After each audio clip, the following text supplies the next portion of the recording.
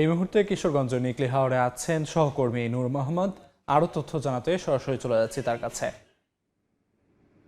গত কয়েকদিনের টানা বৃষ্টিতে বিপাকে পড়ে কিশোরগঞ্জের হাজার হাজার কৃষক।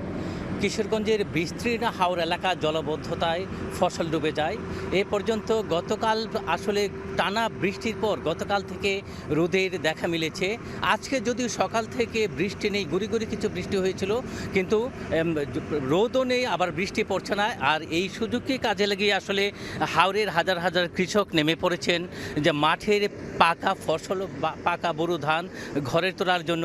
আমরা আজকে সকাল থেকে জেলার বিভিন্ন হাওরে ঘুরে দেখেছি যে কৃষকরা যে ডুবে যাওয়া ধান পানির নিচ থেকে তোলার চেষ্টা করছেন। আসলে কৃষি বিভাগের তথ্য মতে এ পর্যন্ত 6,500 হেক্টর জমির বোরো ধান বিনষ্ট হয়ে গেছে।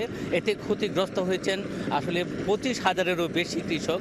কিশোরগঞ্জ জেলায় এবার 1,68,200 হেক্টর জমিতে বোরো ধানের আবাদ করা হয়েছে। আর এখন মাঠের প্রায় বেশিরভাগ ধানই পেকে গেছে। আর মাঠে যে জলাবদ্ধতার কারণে হাওরের যে নিচু জমিগুলা পানি জমে আছে, আর এই কারণে তারা কৃষকরা আসলে ধান সংগ্রহ করতে, ধান কাটতে আসলে সমস্যায় পোহাতে হচ্ছে। কারণ বাড়তি মূল্য দিয়েও, বাড়তি টাকা দিয়েও, মজুরি দিয়েও মিলছে না কৃষি শ্রমিক। প্রতিদিন 1,500 থেকে 2,000 টাকা দিয়ে একজন কৃষি শ্রমিকের মজুরি দিতে হচ্ছে। এরপরেও এই শ্রমিকের সংকটে অনেক জমি কাটার বাকি পড়ে আছে।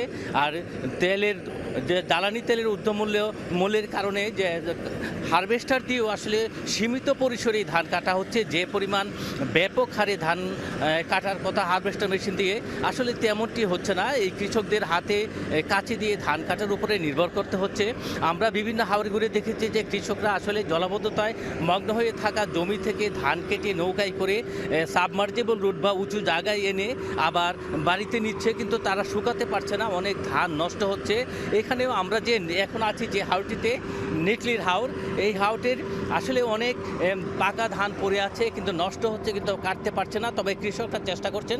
তারা যেটি বলছেন, যদি বৃষ্টিপাত আর না থাকে এবং রোদ ওঠে, তারা যেটুকু ফসল আছে বেশিরভাগ ফসলেই আসলে কাটা শেষ হবে ভালোই, এমনটি প্রত্যাশা করছেন হাওরের কৃষক। আর কৃষকদের নদীর পানি বাড়তে থাকায় একটি বাড়তি আশঙ্কা আছে আগাম বন্যার। কৃষকরা চাচ্ছেন যত দ্রুত সম্ভব তাদের ফসল ঘরে তুলবেন। তো কিশোরগঞ্জের নিকলি হাওর থেকে আমার কাছে এই ছিল সবশেষ তথ্য। সরাসরি যুক্ত ছিলাম কিশোরগঞ্জের নিকলি হাওরে।